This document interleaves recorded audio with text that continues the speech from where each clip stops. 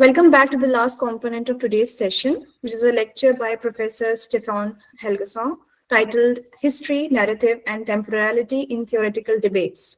The duration of his lecture will be 2 hours. I request all the participants to post any questions or the comments in the chat box or WhatsApp group. They will be taken up either during the lecture or after it. So I now invite Professor Stefan to begin the lecture.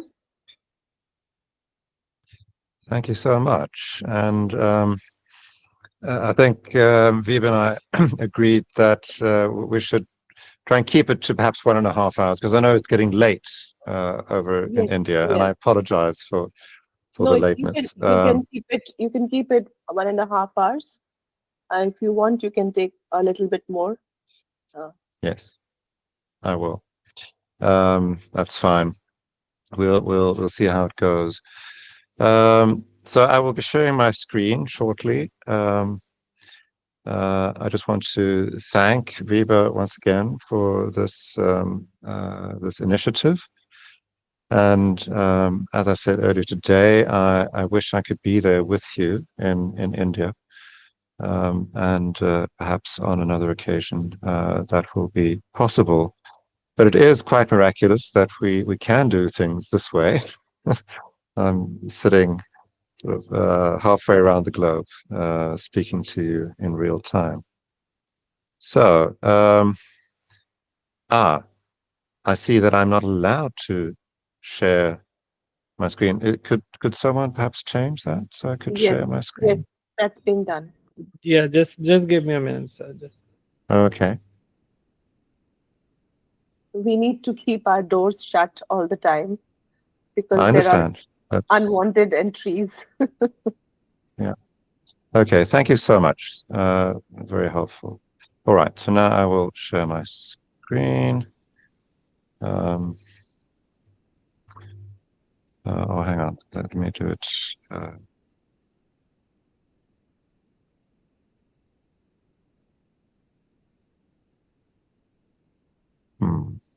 So I can only choose my whole screen. This is a bit odd.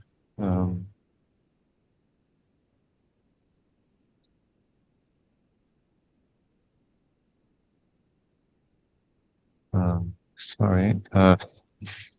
Just a moment. Do you need any help?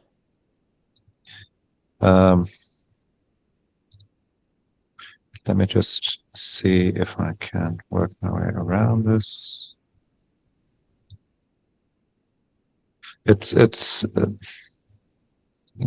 though it's not really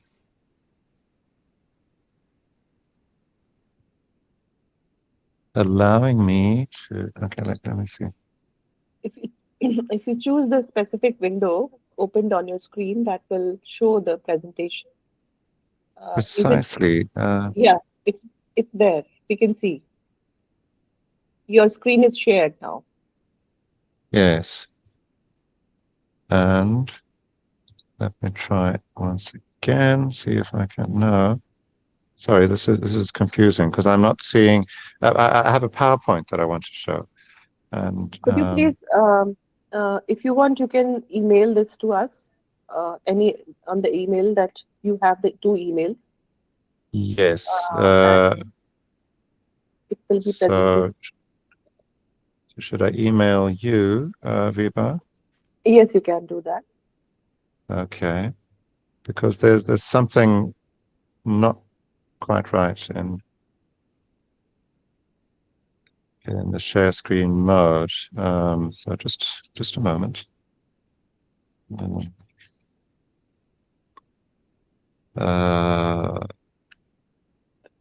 I'm sharing. I'm sending now to both of the addresses I have for you.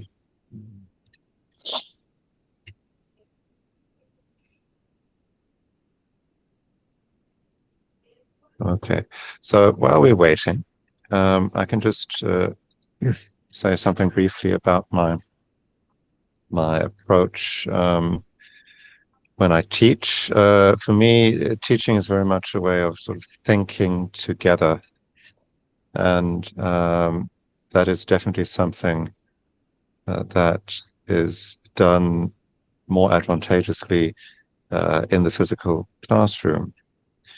But today I will certainly be doing a lecture tomorrow as well. But then moving forward through this week, I'm hoping that we also can sort of shift mode more to towards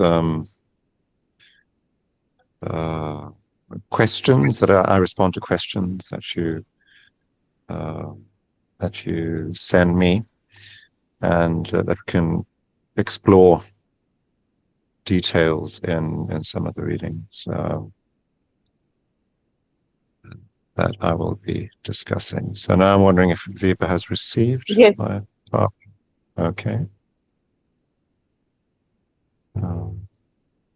I'm just presenting. Just a second. Okay, that's fine.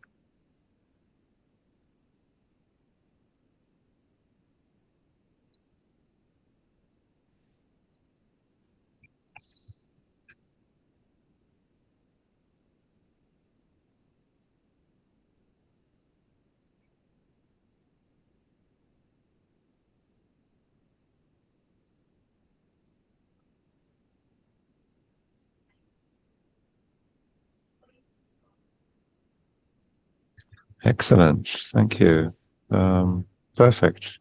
Perfect. All right. Next picture.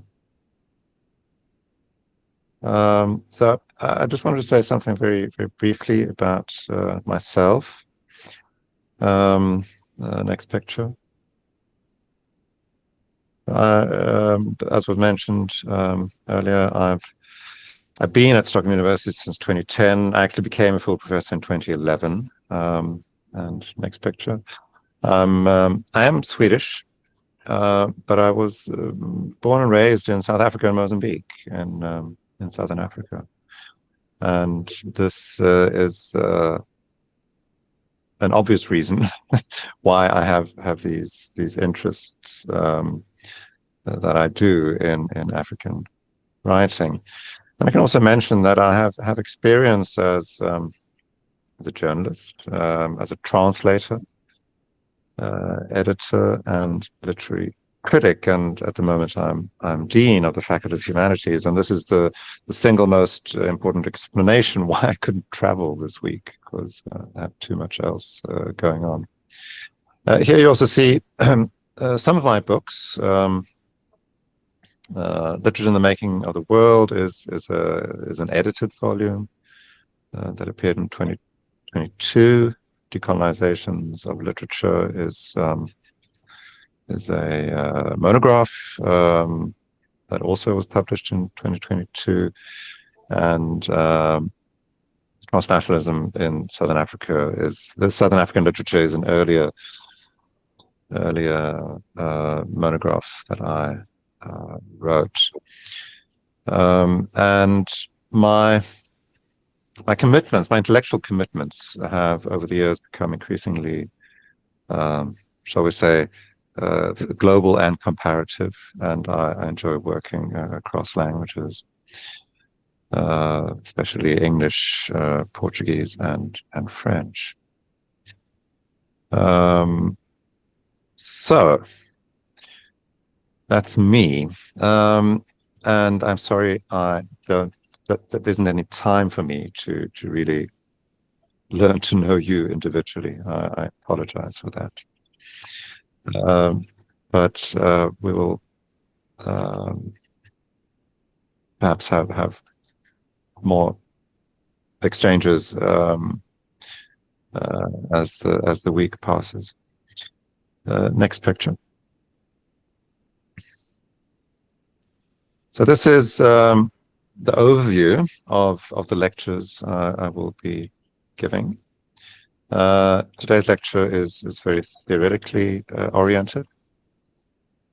Tomorrow we look at early African engagements with the problem of history, and my point of entry there is really fiction, early African writers of fiction, and how they grappled with the very specifically African problem of history in the crucible of colonialism.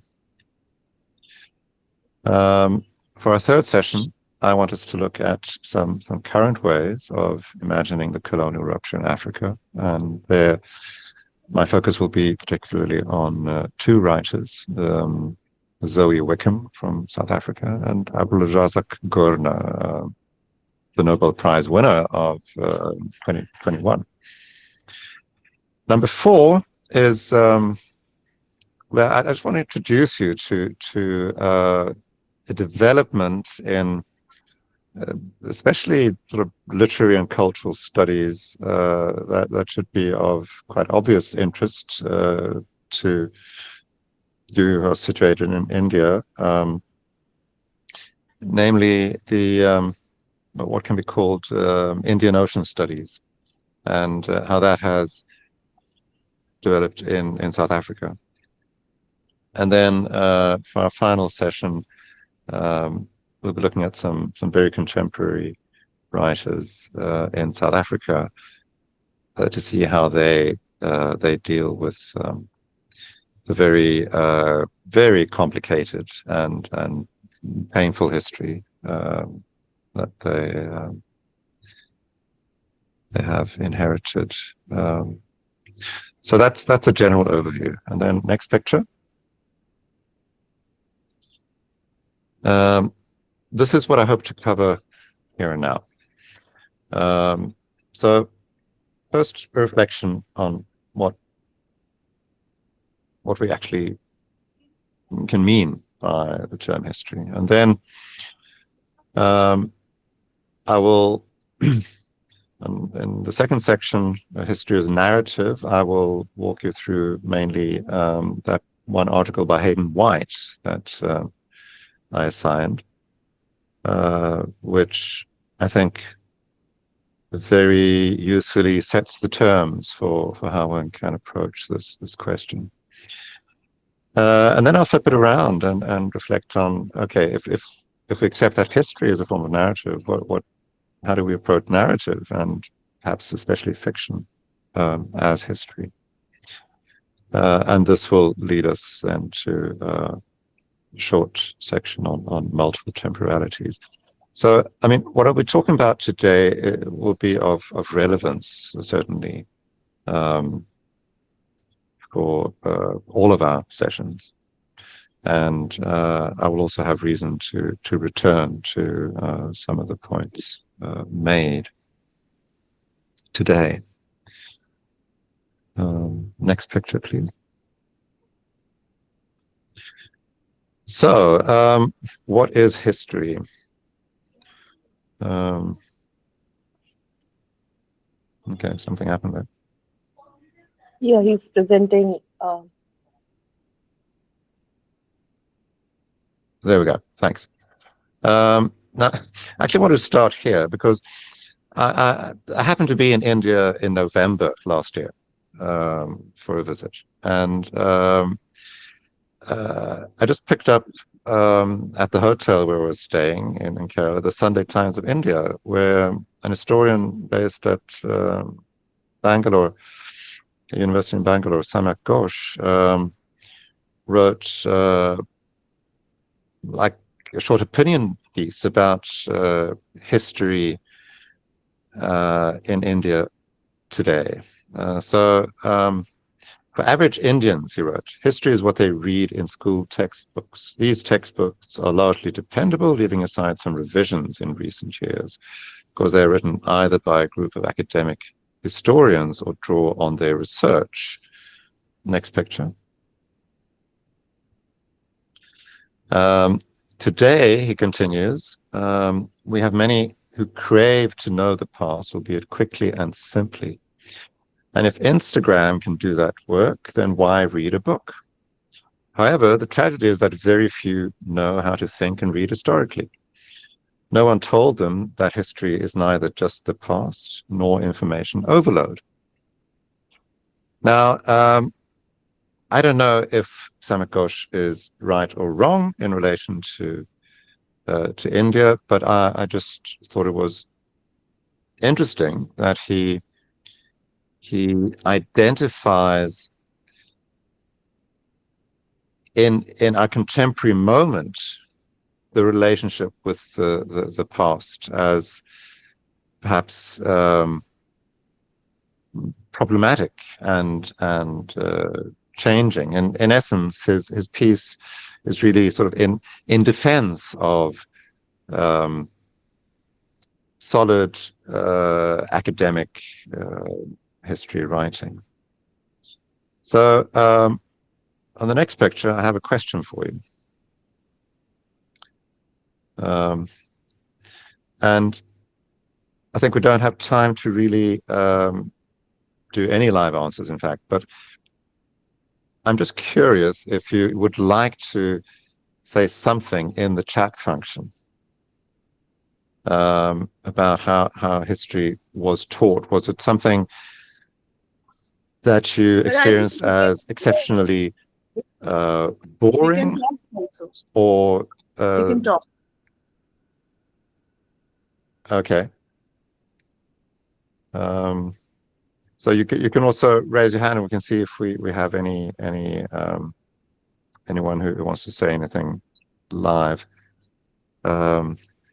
Okay, so here's Chitra Chowdhury. Here in India, as far as our school was concerned, we were taught history as just facts. History, that's history as something that happened in the past. We were not actually, at least as far as my school is concerned, we were not explained how the effects are still lingering, and how those historical events had larger impact, and some at some instances had global impacts, like world history, some major key events, and in fact they left effects, and we can see the effects even now.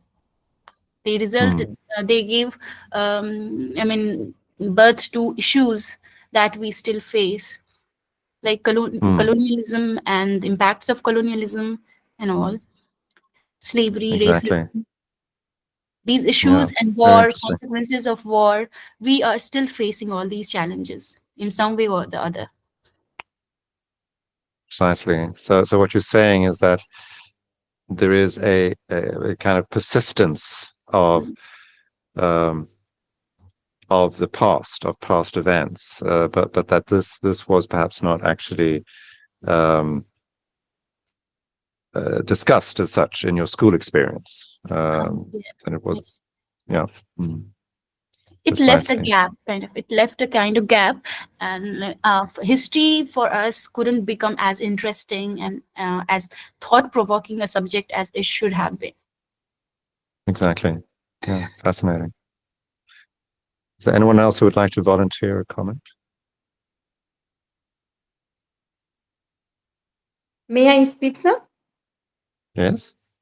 Yeah, I'm Ishra, and recently I have come out with like history as an acronym, where H stand for happenings, whatever was happened before us, and I for incidents. It can be counted as incident, whatever was happened, and S for stories, T for tales, O for occurrence, and whatever R for like recorded, as the records we are having with us, and Y for years. So it is in if we conclude or summarize, it is an essence of some history, which is the study of past event, people and cultures. I hope I got little bit like upgraded myself from earlier, as we have come across from our since our childhood, that history is about past event, about human civilization, these things. So this is the much information, sir, I know in a very just way. That's it, sir. Precisely. Thank you. Yes. Well, I mean, this is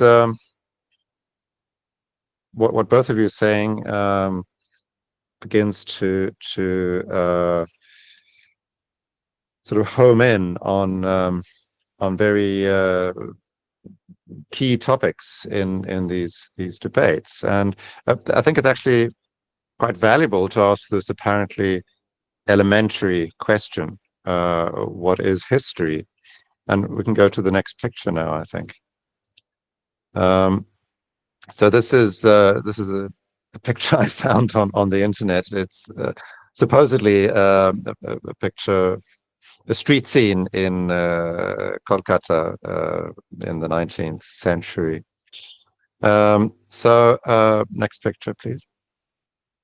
So these are basically the two conventional options, and I think both Ishrat and Chitra touched upon it. First of all, simply past events, but then the second meaning is the written account of past events, and sort of between those two definitions, there can be a considerable, or rather, let me put it this way: there has to be a considerable gap, since it is impossible to account for all past events. Next picture, please. So, no, sorry, the earlier one. There we go. So you have this intuitive understanding of history as sort of the past as such, and then we have what we call historiography. Today, of course, there are other ways of also theorizing how music, how art, how rituals, etc., also somehow address the past. That's not my focus in these lectures, since I'm dealing with writing. But it's worth just remembering that there's also another strand of debate today, not least in the decolonial field, where one opens up towards more than just writing. Okay, so from there, then we can take the next picture now. We sort of arrive at Hayden White's interventions, and they were numerous in the 70s, 80s, and 90s.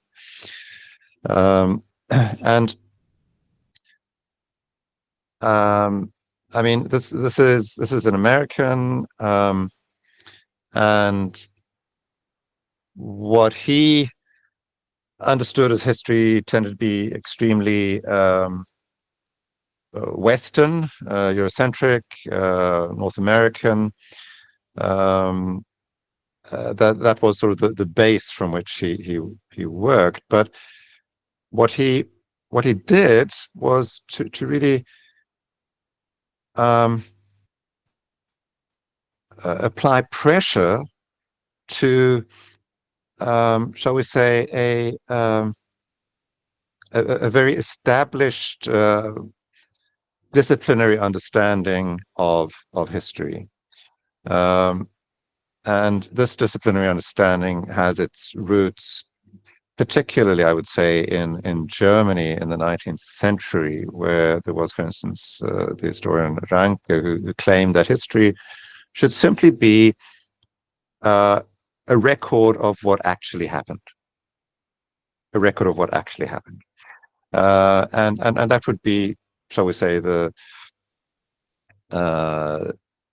common or garden, or if you wish, naive conception of history. Hayden White's point was that, in fact, for any historiography to do its work, it needs to be structured as a narrative, one way or another. So we can just look at this first quote then. But the aim in view is the telling of a story.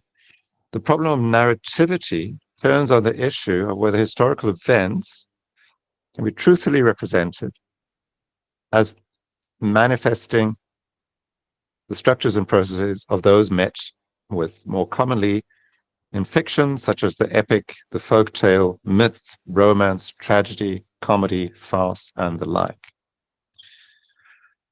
This means that what distinguishes historical from fictional stories is first and foremost their contents, rather than their form.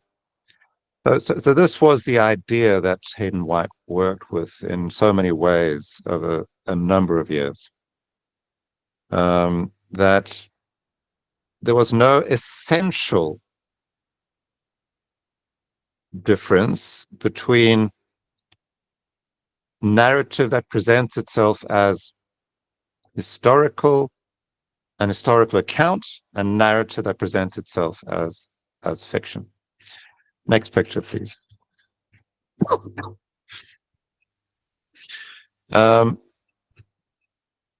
Now, in something I'll be returning to over these lectures is that history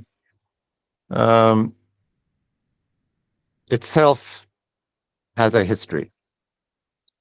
Our understanding of what counts as history is also historical, and that we are still today very influenced by a shift that occurred in Europe before and after the year 1800, where we can see that history became a sort of a principle of a society's emergence and development. So Hayden White speaks here of the emergence of a historical mode of being whose inner principle is politics. And he quotes here the German philosopher Hegel, who phrases as an internal vital principle,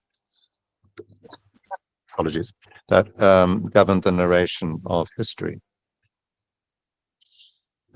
So this is where it's coming from, Hayden White. We can take the next picture now.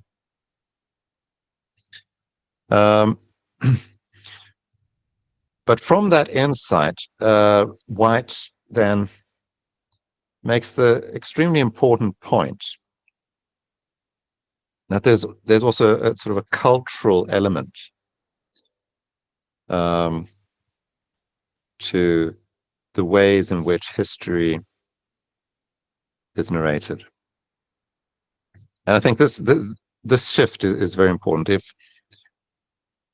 If Hegel thought of this inner vital principle as something universal, something that would become universal, Hayden White here, where he quotes Claude Lévi-Strauss, the French anthropologist, points out that the ways in which history is ordered chronologically is always culture specific. So I quote here that the important point is that in Lévi-Strauss's view of the matter, there's no such thing as a single scale for the ordering of events, but rather as many chronologies as there are culture-specific ways of representing the passage of time. And this is where we begin to see the relevance of this for this lecture series of Hayden White's thinking. Because if, on the one hand, history and ways of narrating history are historical themselves,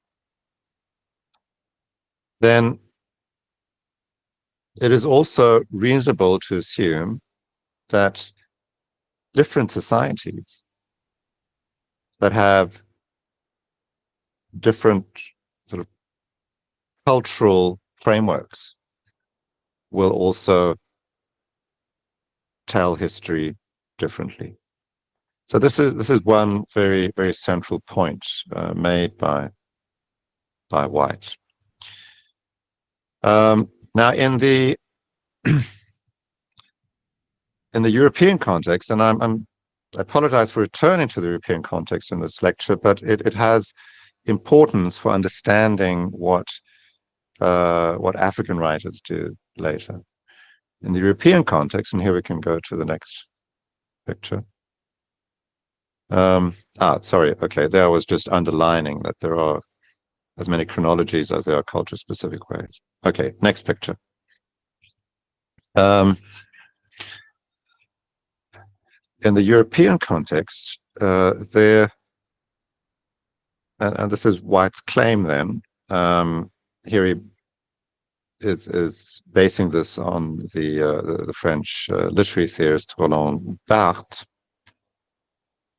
that there was a certain sort of symmetry between a certain conception of historiography, the one I just referred to, history as simply telling what actually happened, and the emergence of realism in the novel.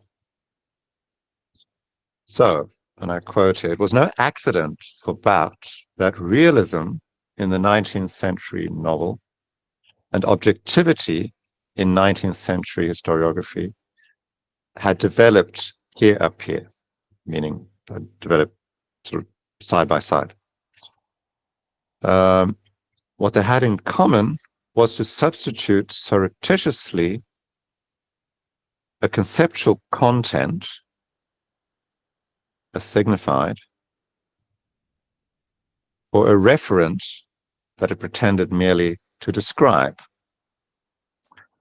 Okay, so this is, shall we say, a classic instance of post-structuralist theory, where the idea is that we are presented with something, say a realist novel by the French author Balzac, that claims to simply provide an account of society as it is, realistically. Or we have an historical study that claims simply to present what actually happened. And it is this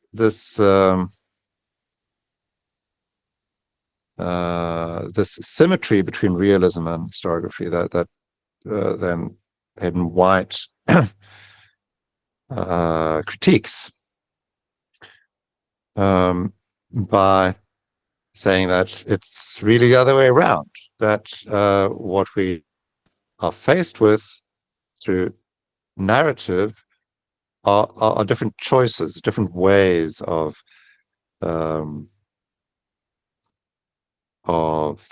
accounting for whatever it is we call reality. Next picture.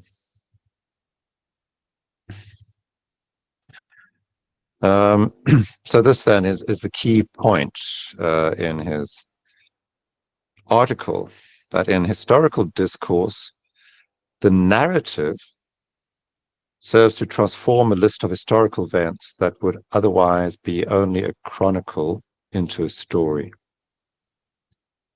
In order to effect this transformation, the events, agents, and agencies represented in the chronicle must be encoded as story elements. That is to say, characterized as the kinds of events, agents, and agencies that can be apprehended as elements of specific story types. So again, in this distinction between chronicle and story, he means that on the one hand, we could simply have a list of events, a numbered list, if you wish, um, the king met with his war cabinet. That's number one. Number two, the king decided to wage war. That's that would be number two. And then number three, the king led the forces. So that's a simple listing of events, but a story turns it into something more than a list. Next picture, please.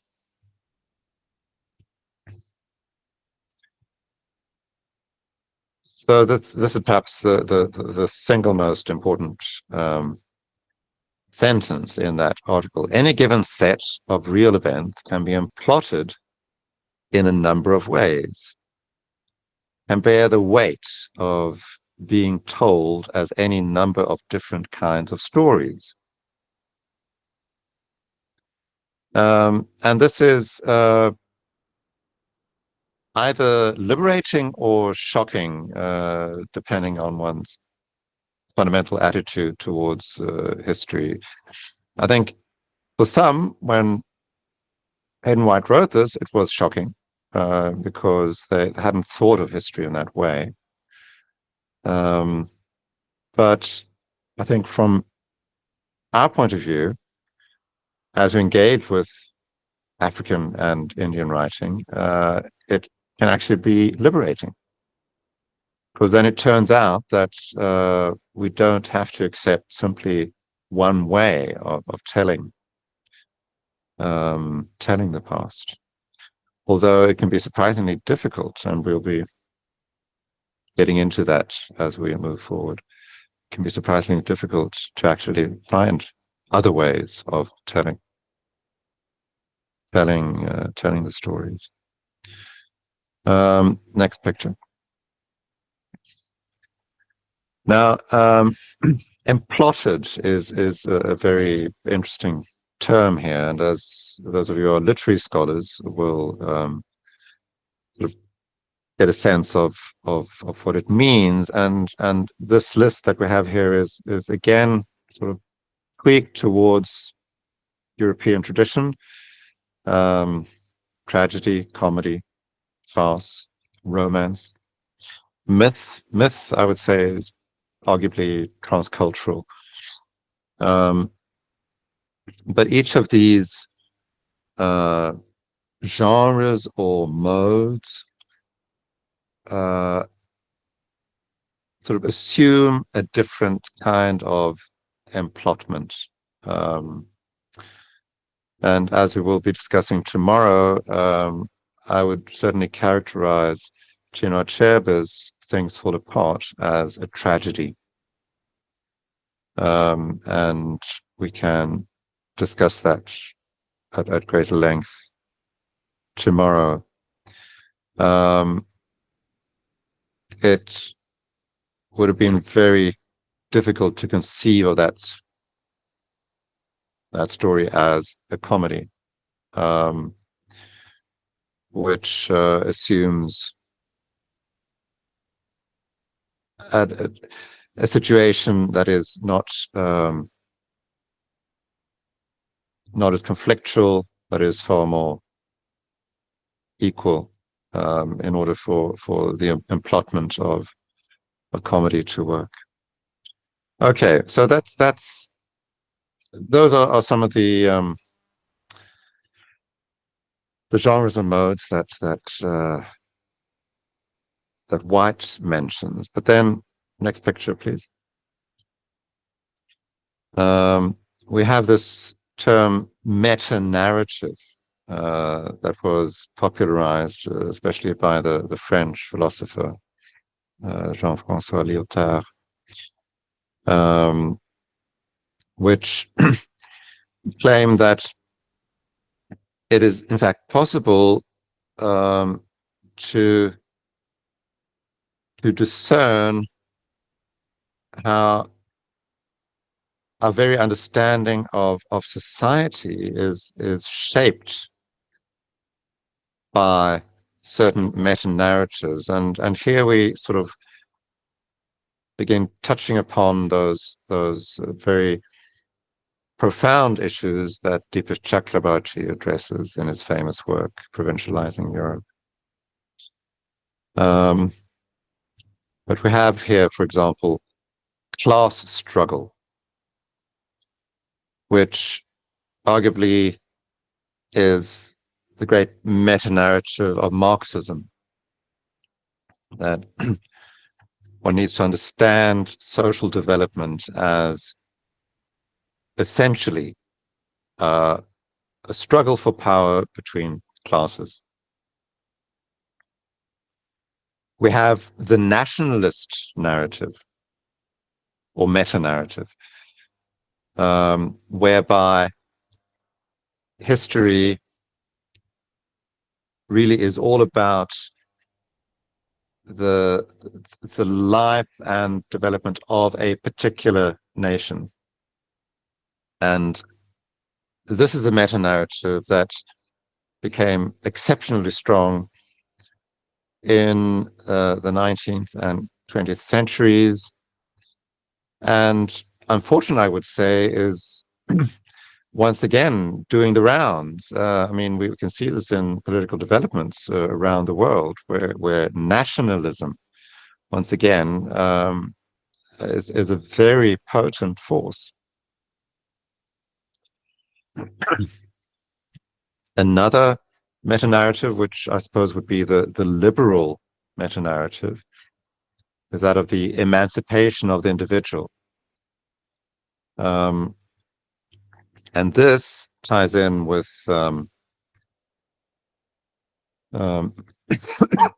actually all three of them, but I think quite commonly the individualist narrative ties in with the meta-narrative of progress. The idea that society changes for the better. And again, historically, that is actually a fairly recent idea.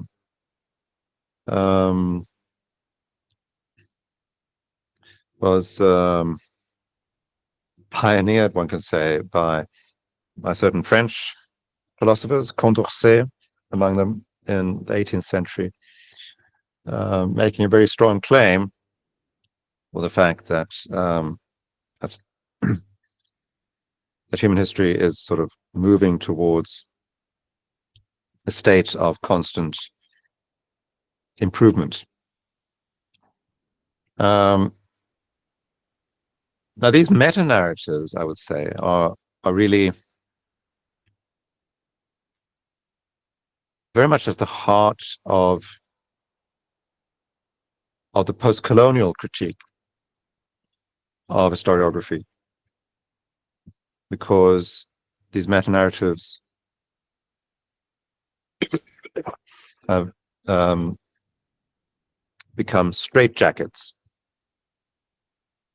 determining how society should be conceived. Next picture, please. So just to give you a very interesting example of this post-colonial critical mode of analysis, which is really based, one can say, in this approach developed by Hayden White. We have the Caribbean anthropologist David Scott, and his work called Conscripts of Modernity, the tragedy of enlightenment. It is really largely a reading of C.L.R. James, the Caribbean intellectual. But much of what I've said now about the functioning of meta-narratives and emplotment is encapsulated in that title. So first of all, conscripts of modernity. Modernity being understood as essentially a forward march of progress, was not experienced in that way by the colonized. Instead, the colonized were, so to speak, conscripted into modernity. And then the subtitle, The Tragedy of Enlightenment. That, in fact, if Enlightenment had been presented as precisely the key form of progress, his point is instead that it has deeply tragic elements. Next picture. So I was actually thinking that we could take a very short break here. I feel that I need to get a glass of water, because otherwise I will risk coughing. So see you again very shortly.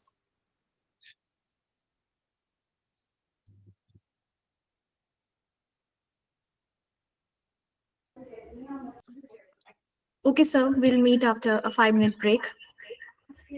Meanwhile, if you have any questions, you can post them in the chat box or on the WhatsApp group.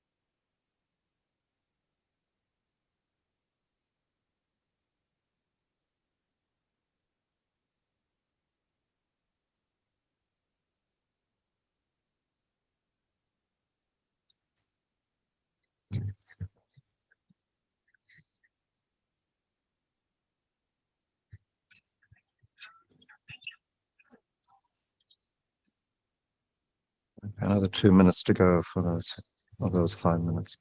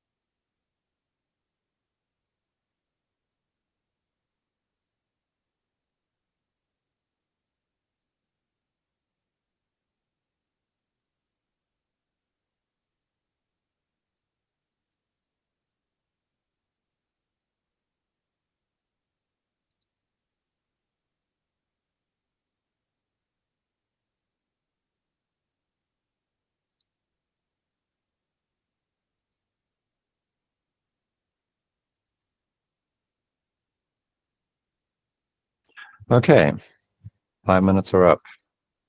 So, next picture, please. Oh dear. Something happened in the transfer here. Okay. When I see this PowerPoint on on my screen, at least the arrow is all wrong. My point here really was to illustrate the two-way street between history and narrative, which is what we're talking about here. And then next picture. Also between history and fiction. This will look better in the PowerPoint that you will receive, I promise. It's this two-way street now that we're going to approach sort of from the other direction. So if we've reflected now on how history can actually be approached as narrative, what happens if we think about narrative as history? Next picture, please. Now,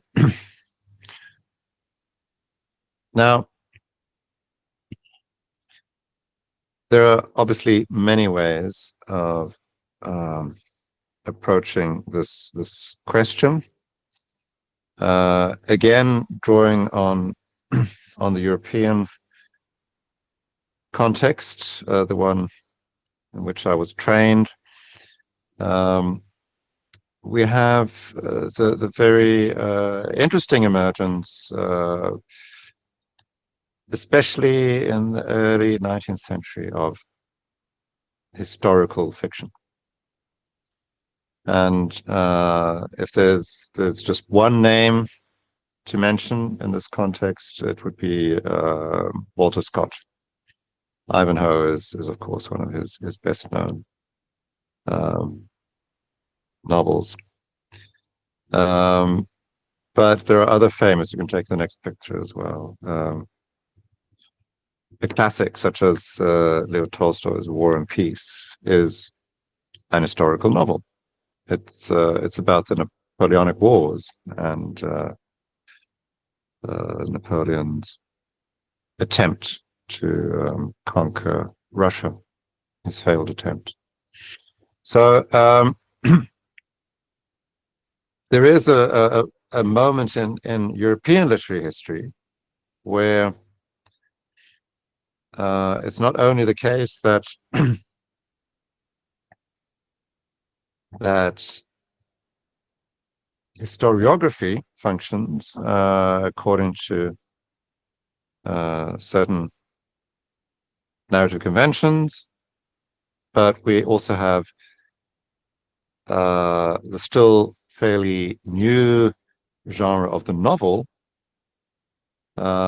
engaging fictionally with history in a very determined way, and I think this is definitely a development worth reflecting on.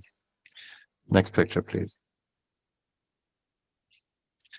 Now, one of the key names in this sort of tradition of thinking about historical novel is the Hungarian critic Georg Lukács, who wrote a lot about Walter Scott. And he saw the historical novel as a product of European bourgeois society. In other words, and here we return to my basic point that conceptions of history also have a history, and hence the historical novel also has a history.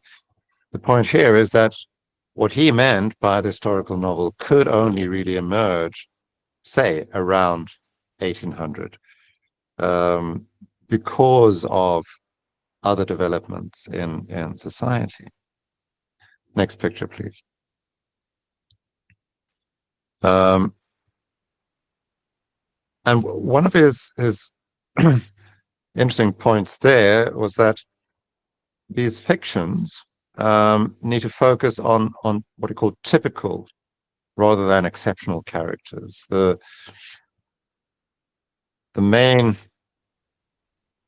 protagonists of such novels needn't be the kings and queens, the generals, but rather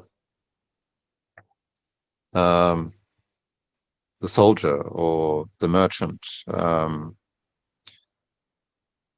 Characters which embodied collective destinies and forces. Next picture, please. So for him, the meta-narrative, and I must point out that that was not a word that Lukács used, but for him, the meta-narrative of the historical novel was the collective national destiny of class consciousness. So there's a lot that comes together here. He was a Marxist, Lukács, and it was through the notion of the typical character that he arrived at an understanding of historical fiction as sort of capable of conveying an insight and a truth that somehow exceeded historiography in the more sort of conventional sense.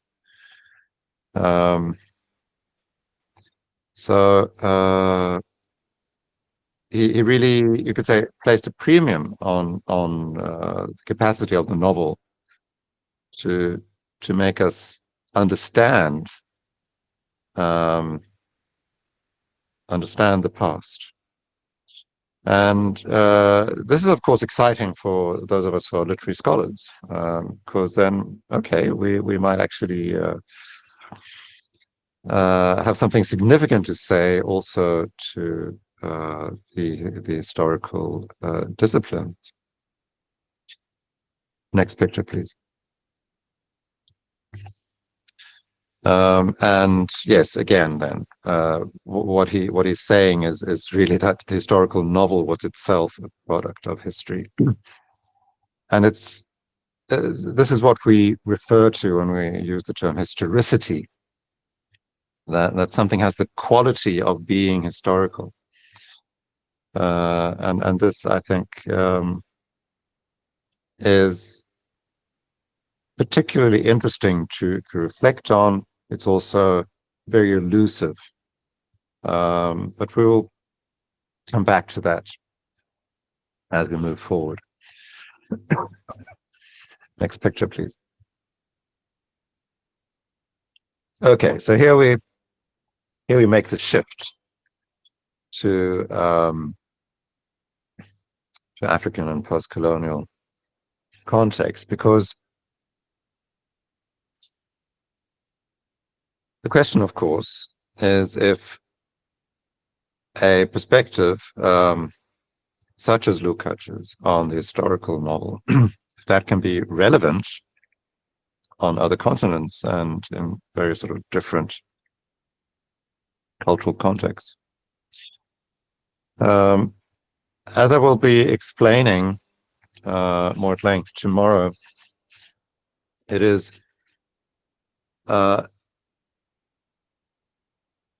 very important in African literary history to understand how early writers in Africa wrote historical novels. This was a major task that they set for themselves. But I think for reasons that to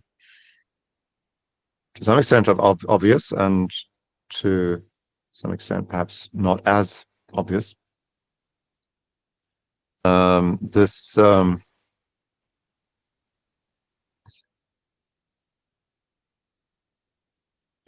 was a task that that was very constrained by the very circumstances of colonial rule. Yeah, sorry. So next picture, please. Abiola Irele, one of the major African literary scholars of the 20th century, was a Nigerian, discusses this perceptively in that other article that I assigned, Narrative History and the African Imagination. The colonial experience can explain the polemical significance of all forms of modern African expression, whether these are imaginative or overtly ideological. Imaginative literature in particular has functioned side by side with historical writing in the African assertion of an indigenous historicity, in the challenge to Western discourse, which has sought to deny us true historical existence before our encounter with Europe.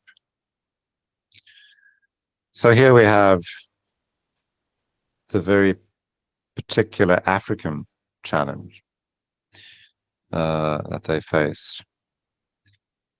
And I'll explain that. Next picture, please. Is a rather morose portrait of Hegel, the German philosopher whom I mentioned earlier. And it's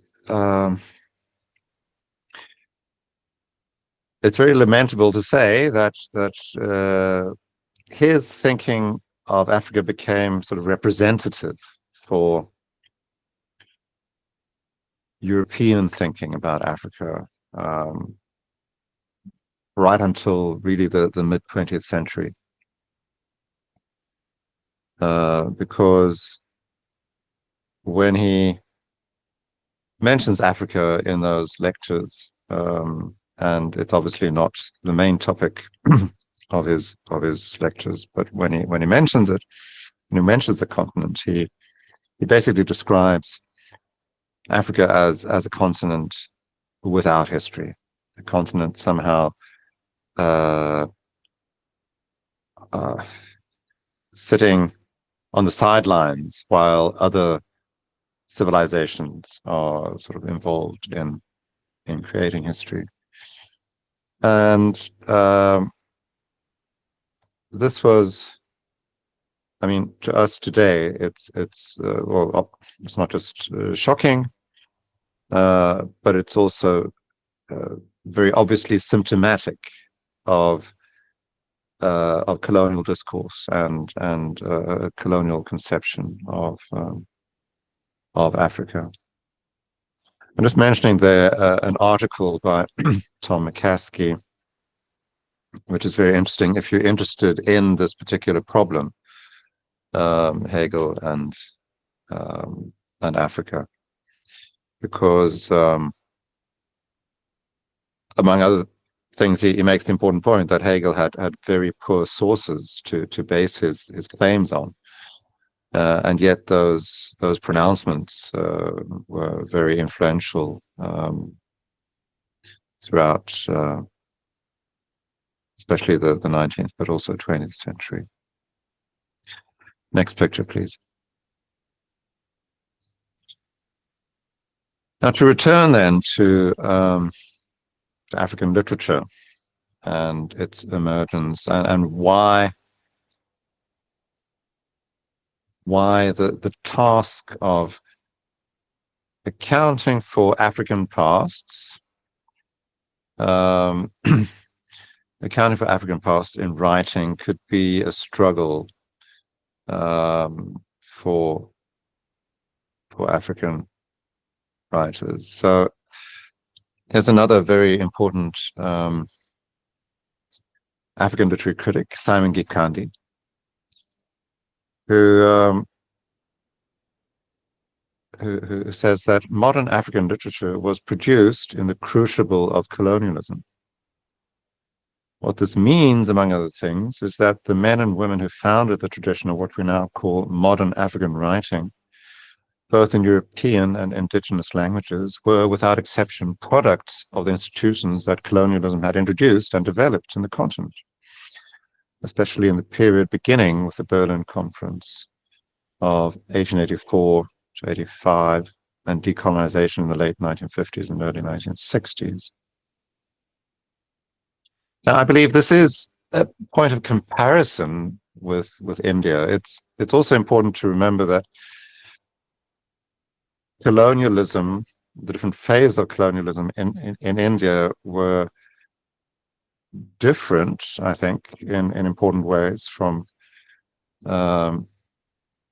phases of colonialism in Africa, but there are definitely there's definitely scope for comparison, and not least how emergent writers in the 19th and 20th centuries were also sort of shaped by colonial education and had to sort of contend with that in their own work. Next picture, please. Now, what I'm arguing then is that these early African writers, shaped as they were by structures of colonialism,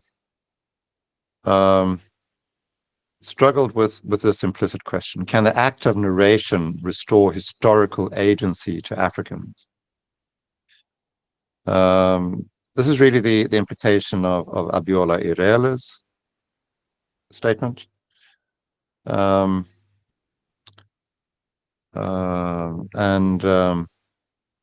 where he says that the polemical significance of African writing can be explained with reference to colonial history, and this is another way of approaching that same question. Can the act of narration restore historical agency to Africans? The implication being that colonialism robbed Africans of historical agency. Next picture.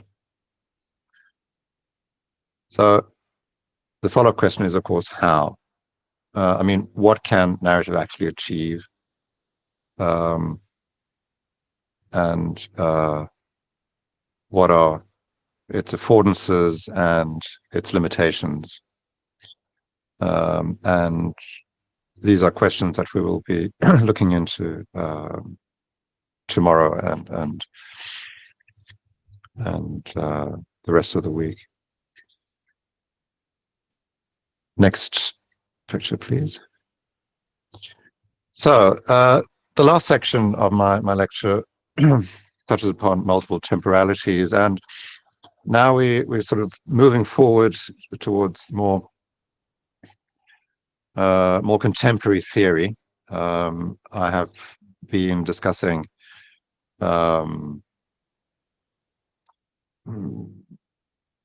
theorists from the 80s and 90s primarily now, but now it's getting more contemporary. And Dipesh Chakrabarty, obviously, whose work I assume you know, was extremely important in bringing multiple temporalities the very idea of multiple historical temporalities to the table. And then we have more recent publications such as Breaking Up Time, an edited volume by Lawrence and Bevernage, and the special issue by Helge Jordheim, Multiple Temporalities. But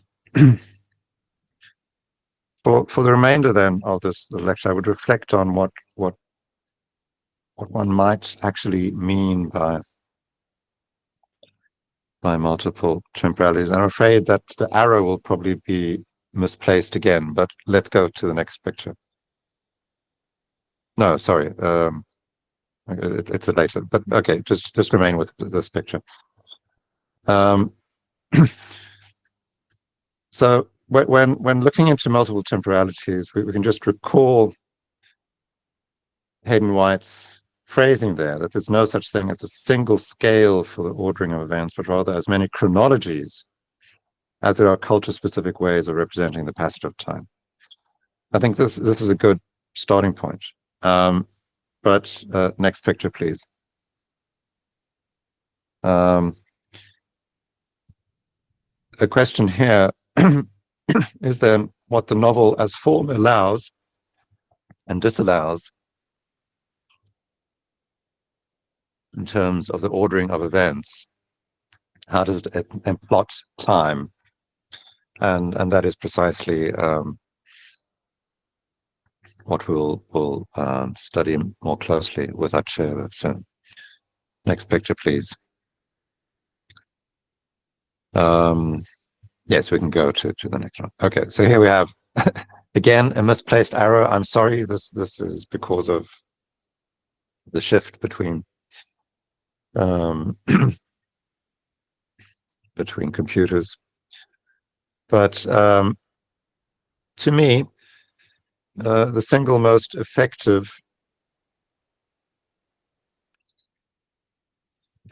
the single most effective way of conceptualizing multiple temporalities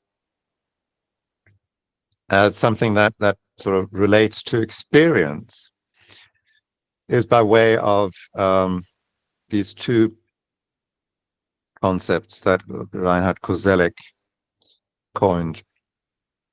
Reinhard Koselleck, a German historian and philosopher, because he speaks of, on the one hand, the space of experience, and on the other, the horizon of expectation.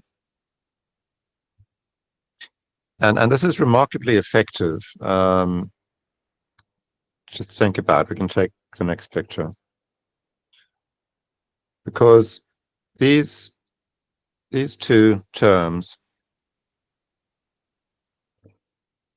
encapsulate our own personal temporal experience. So we have, on the one hand, the space of experience, and that refers basically to the past, what we bring with us through memory, through history. But we do that we carry that with us in relation to a horizon of expectation. So at present, arguably, the horizon of expectation, many people in the world, is probably quite gloomy because of climate change, because of political conflicts, etc. But it could also be very bright. One's expectation of the future might be that we are progressing as a society. It can be a purely individual horizon of expectation. I can expect to secure that job at this prestigious company.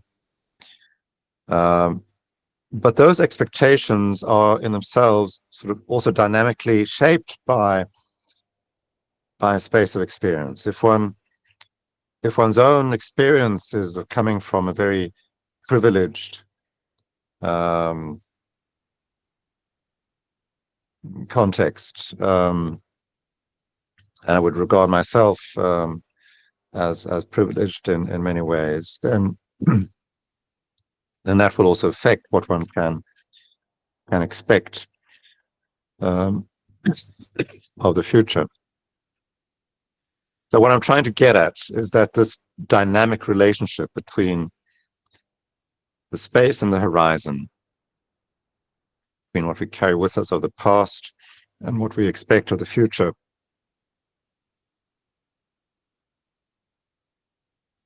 is really what amounts to our experience of temporality, and it shapes our present. Because if we are carriers of a traumatic history, that obviously affects our present. If we expect, sorry, yeah, no, that's fine. We can remain with this. If we expect great things to happen in the future, that also affects our present. And then another crucial point is that, made by Kozelik, is that if we go back in time, and this is a claim, it's obviously something that can be debated, but say medieval Europe, the space of experience, what people knew from the past, essentially coincided with the horizon of expectation. Meaning that what happened in the past, the history of my family, say as a family of peasants, will essentially repeat itself. What happens with the acceleration of modernity, really from the 18th century onwards, is that the difference between the space of experience, the past that we bring with us, and the horizon of expectation, that difference grows larger and larger and larger. And certainly today, with, for instance, AI and the prospects of what that will do to our societies, is a very strong example of that. There's nothing in our earlier experience that somehow matches what we see happening today with AI. Nor is there really anything, or not as much at least, in early experience, both personal and more deeply historical, that matches what we know will happen, or what we expect will happen because of climate change. So if the space of experience and horizon of expectation sort of coincided, hypothetically, in certain ages, they have sort of drifted apart increasingly. So that's one way of beginning to think about multiple temporalities. This is really a very complex matter. But here we have, of course, Deepesh Chakrabarti, who makes this point about the academic discourse of history, where what it calls Europe remains the sovereign theoretical subject of all histories, including the ones we call Indian, Chinese, Kenyan, etc. There is a peculiar way in which all these other histories tend to become variations on a master narrative. Remember the term meta-narrative. that could be called the history of Europe. I'm assuming that you're very familiar with Chakrabarty's work already, so I won't discuss this at length. But this is what he's doing here, using these terms, pace of experience and horizon of expectation, is to say that has been a particular hegemonic way of thinking about history as that sort of inner development of society that is sort of governed by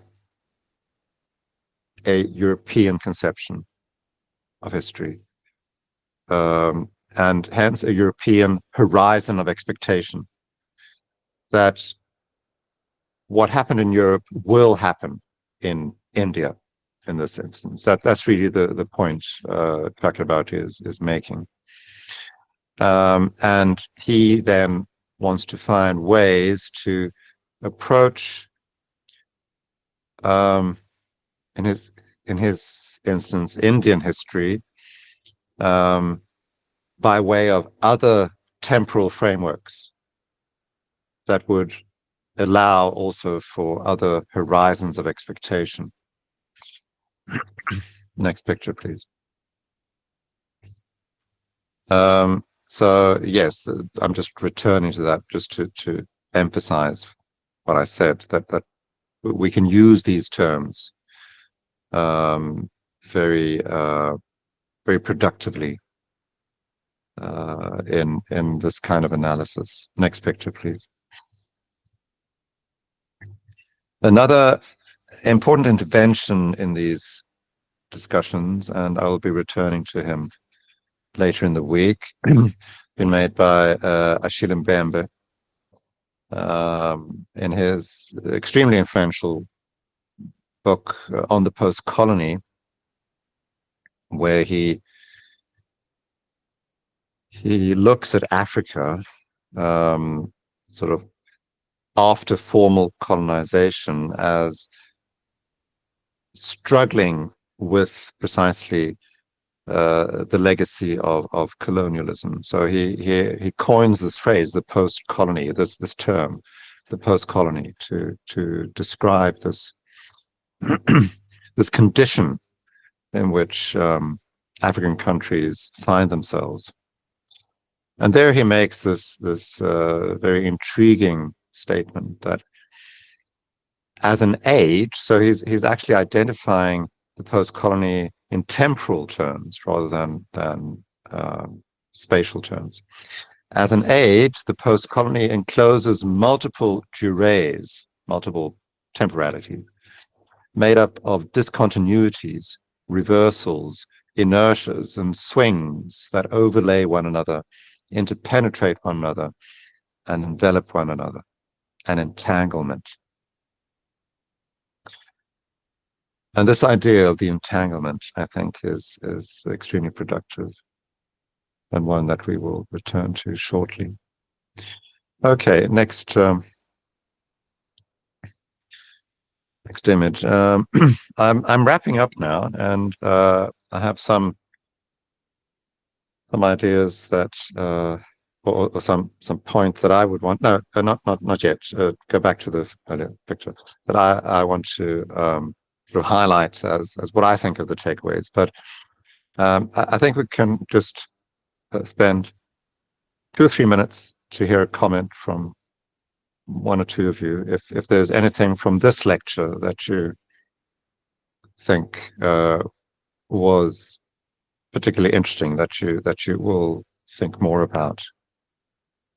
If there's anyone who would like to volunteer a comment.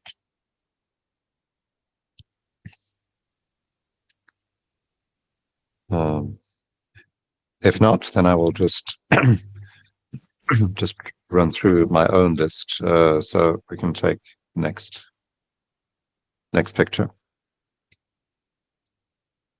So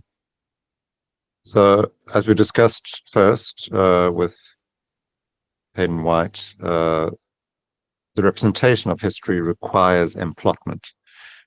there's no such thing as shall we say, just an account of the past. It needs to be shaped. It requires form. And the literary term we can use here is emplotment. Next picture. The novel offers different kinds of emplotment, but it has its limitations. I think this point will become clearer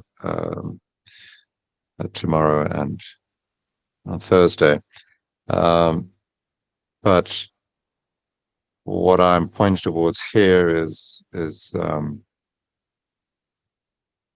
how African writers themselves had to sort of contend with a certain colonial conditioning. Next, please. The ordering of time is culture specific. Now, this is, I think, true, but it's also debatable in some ways. I know that there are Marxist critics who are very suspicious of what they call culturalism. They would say that it's not actually culture that orders time, but rather sort of the material conditions under which people live. So if you are a peasant in a rural area, your experience of time, the way you order time will be governed very much by agricultural necessity. If you're an urban dweller, owns a smartphone, is very much sort of part of contemporary the contemporary world, your time will be ordered in a significantly different way. Next. So, yes, this is what we'll be looking at more closely. To grasp the perspective of the colonized, an alternative ordering of time is required. Next, please. And then the space of experience and horizon of expectation are key analytical concepts to make sense of multiple temporalities. And I hope this will become clearer later in the week. But just keep thinking about it, the space of experience and horizon of expectation. And then we can see how that can be applied to our different examples. Okay, that's basically what I had to offer here and now. I see that our time is basically up. It's late for you in India. We will meet 1 hour earlier tomorrow, and I hope that will be more convenient for you. So thank you so much for the time being, and we'll try to organize the PowerPoint in a more optimal way tomorrow. Okay. Thank you, Professor Helgeson, for your insightful and thought-provoking session. Shall we open the floor for questions from the participants? If there are any questions, please post your queries in the chat box.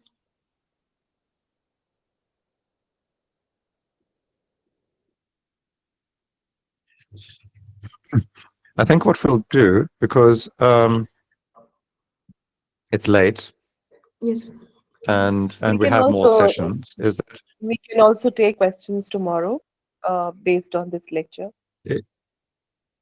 precisely. I'm happy to take questions based on this lecture tomorrow and later in the week.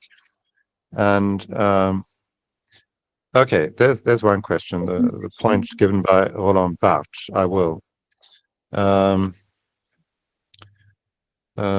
I think it's also helpful for me if you perhaps tomorrow morning when you have time to reflect, if you also just noted down questions that we can then address later on. So the point by Roland Barthes, okay. I think the easiest way to explain it is by way of his term, the reality effect. This was Barthes's critique of realism. And he wrote an essay in the 1960s called The Reality Effect, where he basically presents an excerpt from a short story by Flaubert. And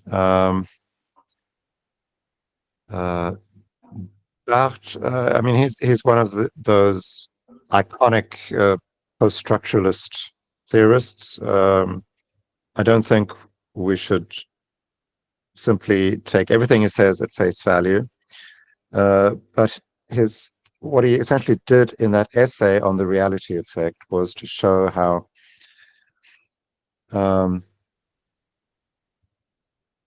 realism could be analyzed as a rhetorical technique. So if the realist novel in 19th century Europe developed an understanding of itself as basically representing society and characters as they are, Barthes wanted to demonstrate how it was merely, shall we say, a trick with words. And the point in that essay was that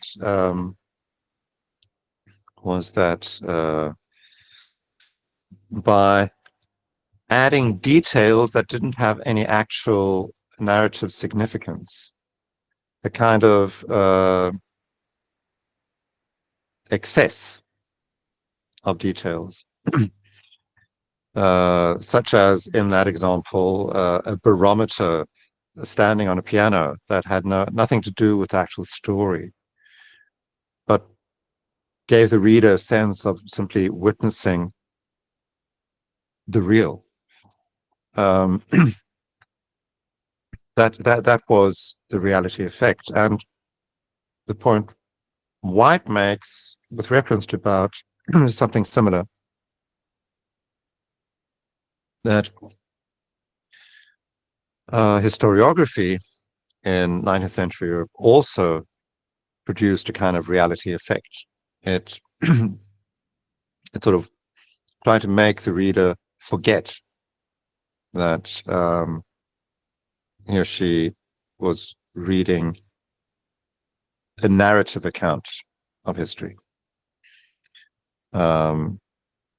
Wanted the reader to believe that he or she simply read an account of the past as it really was. So that's the point there. Okay, and then one more question, and then I think you really deserve. In what ways does the concept of temporality influence our understanding of historical causality? Okay, right. Now that's philosophically deep question. Oh boy. I'm not sure I can give a very strong or convincing answer to that one.